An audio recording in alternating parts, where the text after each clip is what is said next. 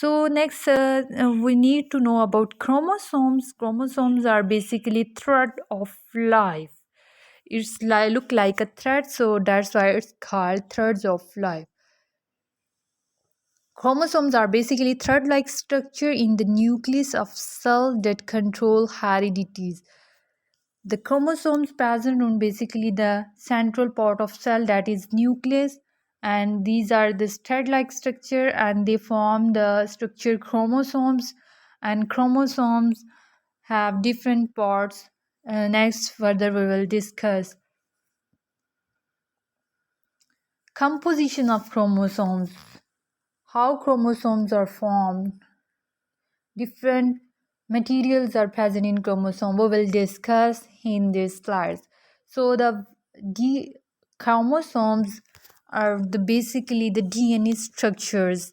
So chromosome is basically form the DNA structure, and DNA is basically the deoxyribonucleic acid. These nucleic acid is the chemical that make up chromosomes.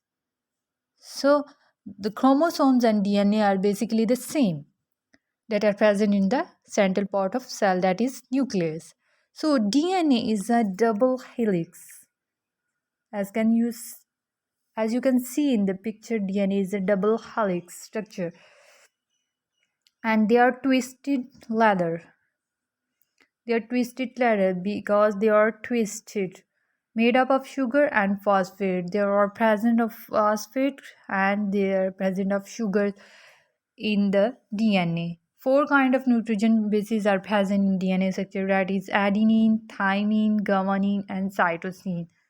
So that is basic composition of chromosome that become I and these are the basic compositions of chromosome, that DNA is a double helix and they made up of sugar and phosphate and four kind of nitrogen bases.